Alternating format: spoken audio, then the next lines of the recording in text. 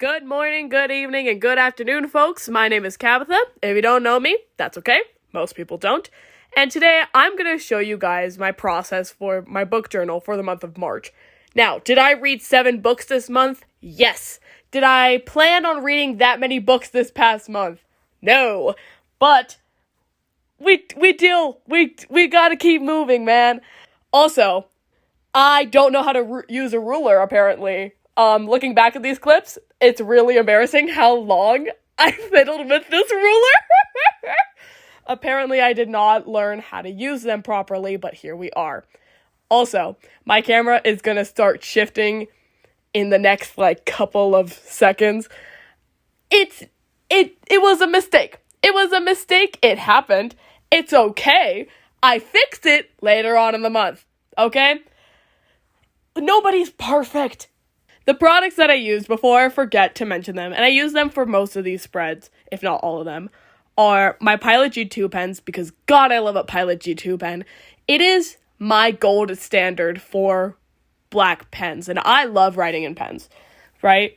They are just so good. They never dry out on me. I'm a Pilot G2 girl till I die, okay? I also got midliners, recently in, December, and I'm never going back. And I'm never going back because why would I? Why would I when I have something that good? No, midliners are wonderful. I also use Xanar highlighters. They're great. I've had them for a while and they haven't dried out yet. I haven't had to buy new ones, which is awesome. And I also use Papermate Flare pens. Me and my family call them teacher pens, so I use teacher pens as well. Now, I also want to say these are my opinions of these books. They're not the consensus. They are not everything. They are not the end-all be-all. They are just my opinions, and I'm just a random 21-year-old girl. I'm just a girl. And this is my intro page into March. I really like having a picture and then picking colors and themes that go along with it. I also like having daily reading, which I fill out whenever I finish a book. And then I like having monthly statistics where I fill that out at the end of the month with the other monthly log kind of stuff. So if you're interested in seeing that, stick around. And let's get into our first book spread. Our first book of the month is Hunting Adeline by H.D. Carlton, and I gave it 1 star. I did not like this book very much. I read it over the course of February, and I happened to finish it very early on in March. So it's in this video. I don't want to yuck someone's yum, okay? This book is very popular on TikTok. It's very popular with some of my book friends in real life. And I don't want to hate on something that you guys enjoy. So if you genuinely like this book and you do not want to hear critique of it, skip a couple minutes ahead. You're gonna feel better. But if you're a hater like me, stick around. I did not like this book at all. It was so hard for me to get through. It was painful. Mainly because this book was 650 pages when it could have been 400. This book needed an editor so bad. This book needed an editor very badly. To the point where it was pulling teeth reading it. I am under the belief of writing about violent topics doesn't make you a good or respectable writer. It just means you're writing about violent topics. And the thing about writing violent topics is I feel you have to have a certain grace to them because these are things that happen to people, to real people. And unfortunately, this book is just not executed very well. I don't think these topics are handled well. I think that they are kind of gratuitous in nature, and I just very much did not like reading about them. And keep in mind, I am not ashamed to read the horrors of the world. We'll get into a couple books later where I'm reading a lot of, darker stuff that has to do with, murder and stuff like that. But this book it just was not my thing. This book made me feel like I was back in college again reading some Colleen Hoover wannabe who thinks that they're edgy by writing about scary topics.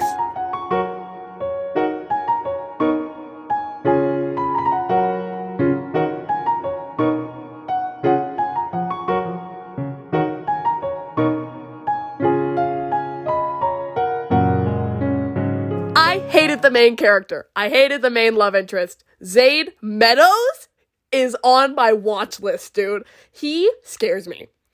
I do not like him. I do not know how people like him. I wish I never read him.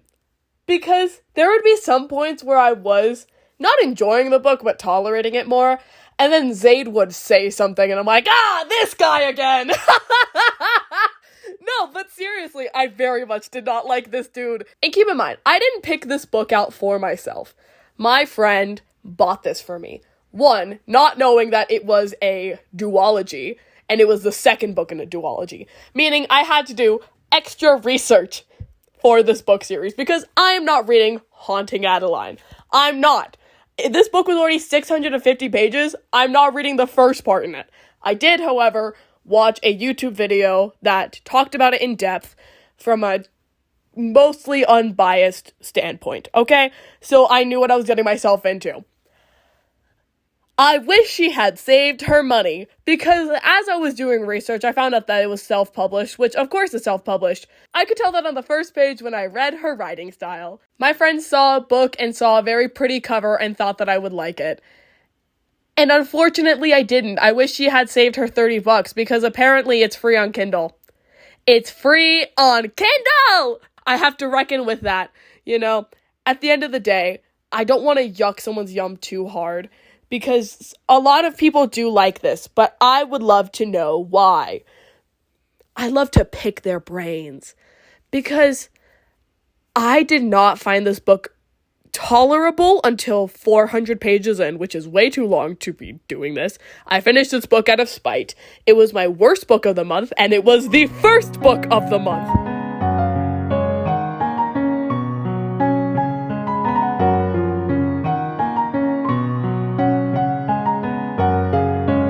The next book in March is The Good Song by Yu Jung, and I gave it a 5-star rating. Very different from the last book we read. I needed a pick-me-up. And I knew that this author would deliver because I have read her before. I read 7 Years of Darkness by her. And this author is a South Korean author, meaning this is a translation of her work. So I can't necessarily speak on some aspects of her writing that I would for other authors or other books that are written in English, but I will try my best. Okay? I love reading Yu Jung's work, and Yu Jung is a thriller writer. She writes really compelling and accurate characters that are terrifying and very realistic. She writes concerningly realistic villains for her books, and I was so excited to get her debut novel on my hands when I already had such a positive experience with her work prior. I think Yu Jung is an expert of tense, like past tense, present tense, all that jazz. This book takes place primarily in past tense, and it goes from past present tense, weirdly enough, to like flashback past tense. So we're in past tense the whole time, but it goes from flashback to what our main character Eugene is doing. And I just have to attribute it to her being such a good writer, because it's hard writing that much flashback without changing tenses from what you're currently doing to what you did in the past. And the fact that she stays within the same tense really is phenomenal on her behalf. She loves exploring familial dynamics in her work, is something that I've noticed from across the 2 books that I've read from her. And it's especially prominent in this book, especially because this book is titled The Good Son or something. And the thing is, our main character, Eugene, is an unreliable narrator, and I didn't realize it for so long. There was points where I sympathized with him, and I was like, oh yeah, well, you know, like, screw his mom. His mom, like, was an awful mother, because she wrote him to be very charismatic and also very charming. He was going to become a lawyer before all this happened. But she writes some of the scariest villains I have read in a hot minute. The ending of this novel really sold it for me. And really, I was probably going to rate it 5 stars before then, but I think it's going to stay in my brain a lot longer because of that ending. Now, It's the epilogue of the novel. Some people don't consider that to be the ending. I personally do, but that's just me. The epilogue works super well because the epilogue is in present tense. The epilogue is in present tense, and what happens in the epilogue cements Eugen's character so well. And I'm trying to say this without spoiling the entire thing because I highly recommend this book to anyone, but also to people that just need a good little thriller in your life, you know?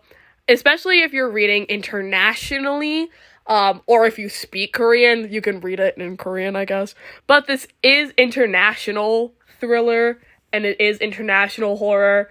So there were elements that I had to be like, that's South Korean culture, or I had to look up how far things were location-wise in South Korea.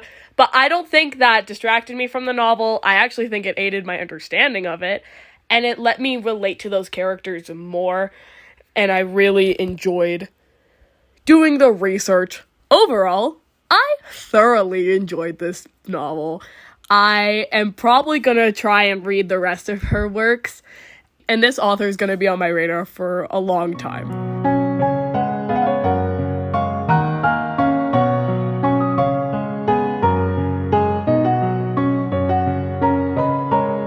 The next book for the month of March is My Year of Rest and Relaxation by Otessa Moshfegh, and I gave it 4 stars. I genuinely enjoyed this book. I see why people really liked it. It's very entertaining for a novel about sleeping. I do have to give Moshfegh her flowers for that. It's so hard to make something that's so mundane and everyday entertaining for about 300 pages and make you want to actually read about it. Especially when the entire novel is like sleeping for an entire year. I like how this novel touches on the idea of what truly makes someone happy. Is it drugs? Is it sex? Is it sleeping a year of your life away and hoping that you metamorphosize into some beautiful butterfly? Who knows? I like how it explores it through characters. I think that Riva's character was really important for that as well because she was someone who was still struggling to find what happiness was and what makes her happy in general as well. Along with our main character being so mean towards her. So mean, so often. Oh, yeah. I think the quote that I used for this novel that I put inside of my quotations was how I truly felt about the main character. And it was when Riva was pissing her off and she just chewed into her for a reason, but I don't want to spoil it too hard. My main gripe with this book and why I didn't feel the need to give it 5 stars, because it was truly on that track. I thought it was really well written, especially with what we mentioned earlier. My main gripe with it, though, was that the sleep-induced coma worked. Spoiler, the sleep-induced coma worked. She ended up being happy at the end. In the last 40 pages, she figures out the secret to happiness by doing the sleep-induced coma. She wakes up out of it and she's like, I know what I need to do. And it just doesn't feel earnest. It feels really rushed at the end, actually. Because for so much of the book, she was kind of a menace and heinous in general.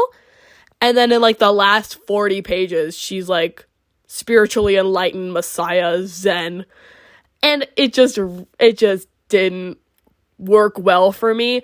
I kind of hoped that at the end of the novel, she'd wake up and nothing would have changed. Because why would it have changed? In my personal opinion. Also, another big spoiler. This book is set in 2000 and she sleeps into 2001. The novel ending with 9/11? 9/11? There's nothing wrong with ending a novel with 9/11, especially if it takes place in the early 2000s.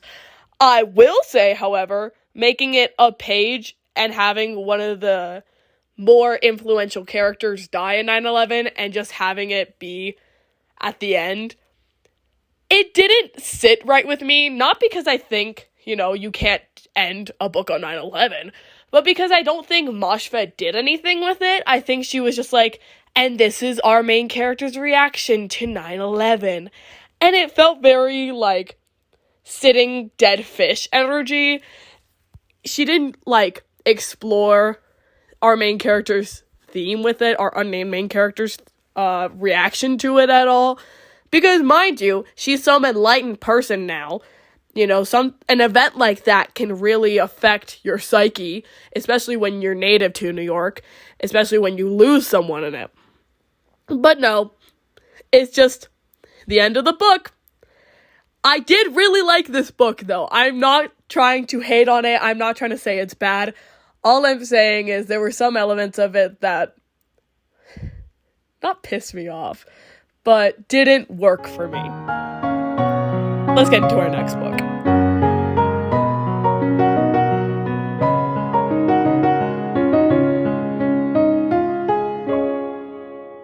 The next book for March is Remarkably Bright Creatures by Shelby Van Pelt, and I gave it 5 stars. I actually read this as part of a online book club with Willow Biblio on TikTok, and honestly, it was really fun. I had a really good time. I really enjoyed hearing other people's thoughts on it. I hadn't been in a book club with people that I didn't know before, so that was it was a really nice change. Now, onto the book itself, it was very lighthearted for me. I typically don't read things with this type of lightheartedness, but I thoroughly enjoyed it. I think it was a very well-written novel. I liked Shelby Van Pelt's tone throughout the novel, even when talking about, you know, tackling subjects like grief and death and all that stuff, you know. I never really got sad in the novel. I more so felt sentimental as opposed to sad, and I think that has to deal a lot with how the tone works and, you know, like the diction, all that jazz. And especially for a debut novel to have a very set tone like that, or to have a very lighthearted tone like that when tackling these topics, I think is very hard to find. So I'm really glad that I got to read this book. I like the fact that our main character is an older woman. She's about like 70-ish, 80-ish, somewhere around there. I tend to not read novels where the main character is a lot older than me like that. Usually they're around my age range, or if not a little older. But reading from an older woman's perspective, and especially this older woman named Tova, you know, who is very resilient and who is very determined to be living her life and to still have, you know, like a job even when she doesn't need to really have one, and to still be like hanging out with her friends and, you know, living life even if it's not, you know, what she thought it would be. I really admire that. I think it was an interesting perspective for me to read in as someone who is kind of young. And I wrote in my little review that I want to be like Tova when I grow up, because I still have a lot of growing up to do. And I think Tova's a good literary role model to find. All right. Now, did I think that I would have a soft spot for a giant Pacific octopus named Marcellus? No. But here we are. I love the giant orange octopus in this novel, okay? He's very snarky, he is very witty, and I genuinely loved his chapters so much. His chapters were maybe like a page or 2 long, sometimes they were like 3 pages long. That was a treat. But his chapters were always the best chapters, in my opinion. This novel changed characters throughout different chapters. And so when we would get to a Marcellus chapter, I'd be like, yes, we get the Pacific Octopus chapters. And I never thought I would say that, because why would I say that, you know? Going back a little bit to a point I said earlier about how this novel is structured, they are structured by different characters having different chapters. I think Van Pelt's characters were very distinct in how they spoke as far as their diction and syntax goes. they didn't all sound the same. They didn't all have, like the same inflection. Even one of the characters that we get a perspective from is Scottish, so they use different vocabulary and different sentence structure at certain points. And I think that was a really nice detail from Van Pelt. I definitely am going to be looking out for her future work. This is her debut novel, and I think it's really hard to write a debut novel like this. So I'm going to be looking out for her future books.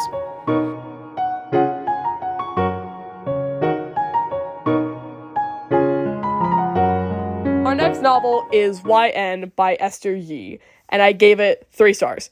I'm very torn with this novel. I think I entered this novel with the wrong expectations for it. I entered it thinking this is a K-pop critique, more so than this is a surrealist piece of artwork. I didn't realize it was surrealist until I reread the description for this novel, and I saw the word surreal, and I went, oh.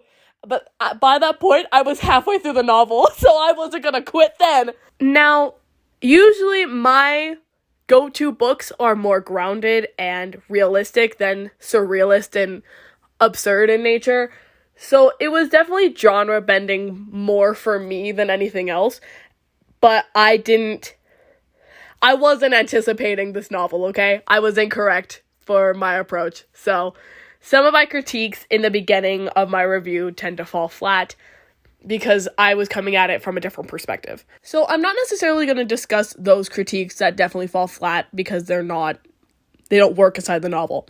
I'm going to talk about my pros and cons about the surrealist tone and the surrealist prose that Esther Yi writes in. It's 100% aiding her delusion, right? So when she does make these really bold and brash and irrational decisions, we're like, yeah, of course she does, because this is it really rationalizes her actions because it's so irrational. The problem with the tone is the main character wasn't always delusional over this K-pop group, right? The first chapter is her seeing this K-pop group live for the first time in concert, right? And she wasn't a fan of them or anything. Meaning, when we are reading those first 20 pages, it's still surrealist prose. It is still a surrealist tone that Esther Yi has. So when she gets more delusional, it doesn't feel like it because she was already being surrealist. She already had that mindset, aka she was delusional before the actual delusion was supposed to set in. So it didn't feel like our character was growing like more delusional, even though this entire novel is about her becoming obsessed. One thing I also do want to give flowers to Yi is that she nails down the details of K-pop culture. It's not written like an outsider critiquing something that they don't know anything about. She really understands things like cup sleeves and like certain fandom lingo terms that are kind of weird when you think about them. I really loved seeing those details and seeing them done in this surrealist kind of absurdist nature where you're like, oh, that is interesting, huh?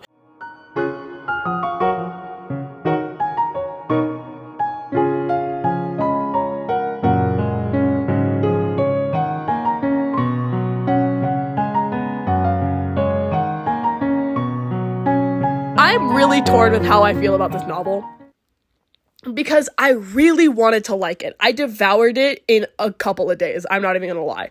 And I had to stop myself from devouring it in less. I wanted to like this novel a lot because I really like the concept. I really like the topic at hand.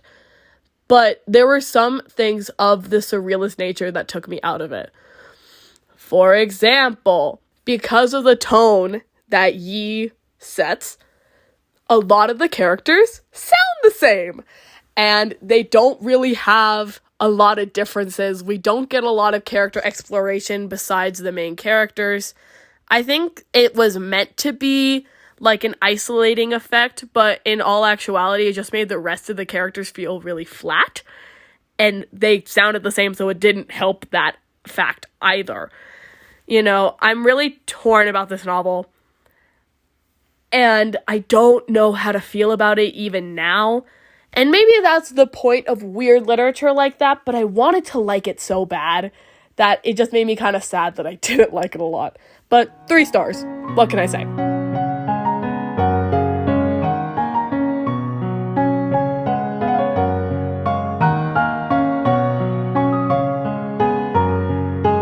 I know we are on book 6. Stay with me. We are almost to the finish line. Book 6 is One Last Job by Anise Starr, and I gave it 4 stars. Haha, star. Now, I am a bit of a monster sometimes when it comes to romance books because I find romance books that are kind of cheap online. I start them at like midnight, 1 a.m., and I finish them by like 6 a.m. I read them in one sitting throughout the night. I do not get disturbed by people. I do not go to bed. I read them in one sitting, kick my feet, giggle, squeal, and then I put the book down when I finish it, and I go to bed at 6 a.m. That is my greatest joy in life, okay? So I felt the need to do that late on in the month, and I did, because I'm just a girl. What do you want from me? And this book was a fairly good one to do that with. It's a very cute romance book, I'm not gonna lie. I thought it was really fun. I had so much fun with like the international romance because of course I do. It's an American and a Brit. This is the second book of the year, second romance book I've done this with, where it's been an international romance by sheer coincidence. I don't look out for this stuff, but here we are. And so like the flight, I have to say goodbye trope. Oh, it hurts. It hurts so bad because I find it by accident. I felt like this novel was written really well for a romance novel. Now, I don't consider romance novels to be like peak of literary excellence, and I'm not expecting it, okay? I'm expecting something fun in about 300 pages where I kick my feet and I blush a lot, okay? That's all I'm looking for. But it was I thought it was well written. And finding out that it was self-published was interesting to me because it felt as good as some of the books that are published at like that you can find at Barnes & Noble. And I think it's really interesting how the romance genre works because a lot of the romance books that I've read were either originally self-published and then that author got picked up by a publisher, or they are just self-published. And I think it's interesting how these books get really popular. I think it might be because on Kindle Unlimited, you can get a lot of these books for free. And I read this book on my Kindle. I 100% did. I think that has to deal with like the rise in book talk and popularity of books. This book I didn't find on Book Talk. This book was recommended to me by Amazon, but I think that has to deal with the rise of certain Book Talk books that were either originally self-published and then got printed into hardback or got printed into paperback to be sold at Barnes & Noble, or just books that you can find on Kindle Unlimited for either cheap or free. But I felt like Starr could really be one of those Emily Henry types that you could find at Barnes & Noble. I thought it was genuinely published. So that's just a testament to how well I think this book is written. Now, I will say, on reflection, after doing this spread, it's harder and harder to remember these characters. It's harder and harder for me to remember certain plot points, mainly because I read it in one sitting, but I am starting to think it's not as good as I remember it being, which is not great. I did rate it 4 stars on a first initial read, but I feel like if I reread it, I would rate it at maybe a 3-star, because one of the things that I really didn't like about this book is that the climax didn't feel climactic. I was constantly waiting for the other shoe to drop, and then it didn't. And that's just how it felt for the entire ending of the novel, and I don't know if I would particularly enjoy rereading that, but what can you do? It's a romance book I read in one sitting at like 1 a.m. What can you do? It was good for what it is, and that's all I have to say about it.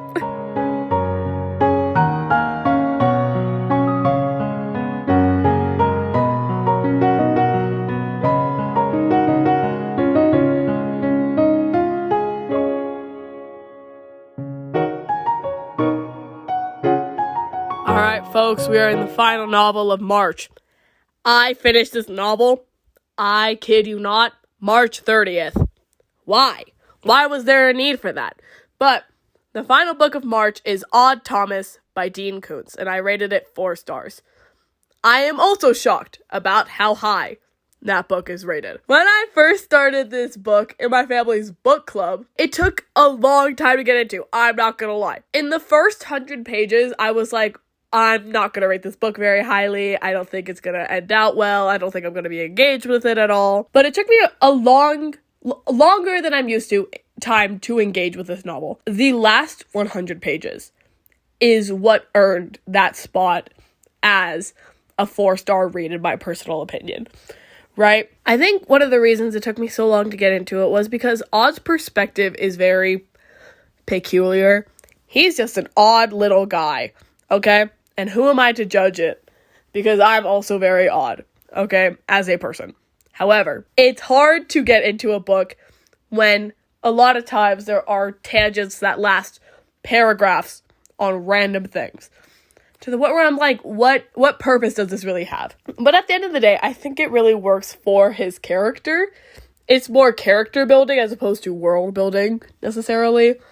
Although there is world building in here because it takes place, I believe, in a fictional Californian town. But it could be a real town. I wouldn't know. I don't live in California. But Odd is an odd man in an odd town with odd friends.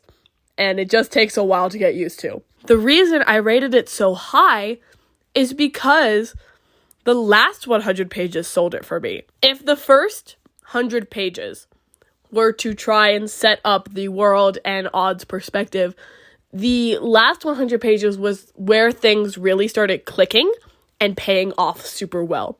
To the point where it shocked me and my sister, who hadn't read it. My mom had read it and she wanted us to read it. That's why she picked it. But it shocked me and my sister where the novel ended up going, perspective-wise, because we just weren't anticipating it. I totally forgot to put this novel in the book club section, so I do it halfway through the spread. Sorry. Alright. It's kind of like Chekhov's gun. Like, why is there a gun on stage? But then, like, the gun needs to go off in the third act, kind of thing, right? To the point where I genuinely cried at the end. I genuinely sobbed. I finished this book, like, I'm not even kidding, maybe 5 minutes before our final book club session for it. And so I showed up to that book club session with, like, red face, tears in my eyes, being like, no, why would he do that? Because I was so upset. I'm not even kidding. I open mouth sobbed. And I'm not going to tell you what the ending is. Because I made a rookie mistake. And Odd tells you in, like, the first couple of chapters that he is an unreliable narrator. And I forgot. And I forgot that he was an unreliable narrator, and that's my fault. But one thing that me and my family really respected, and we talked about in our family book club sessions, was that Odd Thomas as a character very much respects women. Especially women that he is not romantically attracted to, which is really nice. My family really loves Stephen King, and we have even read Stephen King in our book club. But one of our main critiques for King is how he writes women. With Dean Koontz, we didn't have that problem at all. We literally were very shocked about how nicely he wrote women. And it was a nice change. It was a pleasant surprise. I think the last 100 pages is what earned that 4-star rating from me. And I'm still kind of shocked at how highly I rated it, but I'm not at the same time. It's so peculiar. But this novel is very peculiar. Now, it is the first novel in, like, a trilogy, I believe. Am I gonna read the other novels? I'm not too sure. Maybe. But right now, it's looking like probably not, just because I'm really bad at finishing the series.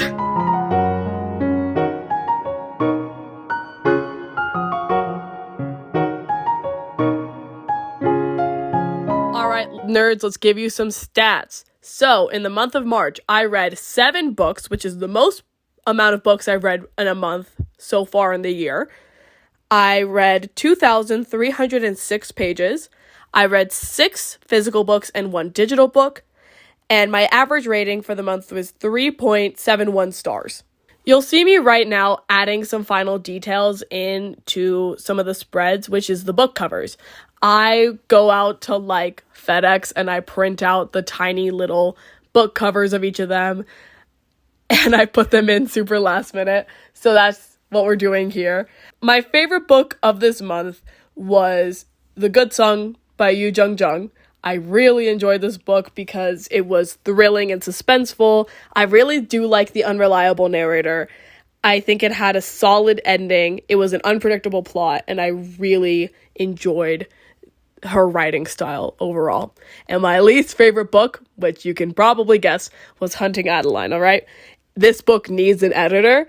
I didn't like the sheer amount of violence in it. As someone who can read a lot of violence in a book, I don't think it had likable characters. It's way too long. There were some things that were just gross, and I gave it 1 star because it just was very much not my thing. Now, I want to thank you all for watching this video so much. I spent a lot of time on it. I worked really hard on it, and I'm glad. If you're here at the end, that means that you're a trooper for that, because this video is like 30 minutes long, and that's cutting it short, quite earnestly. And so I just really want to thank you all for that. If you want to see my book reviews when they come out, aka when I finish the books, you can follow me on my Instagram. You can also subscribe and like my channel if you actually enjoyed this video. Usually my face is in videos, but it's okay that it's not in this one. Thank you so much for watching. I hope you have a wonderful time whenever you're done watching this. All right, peace.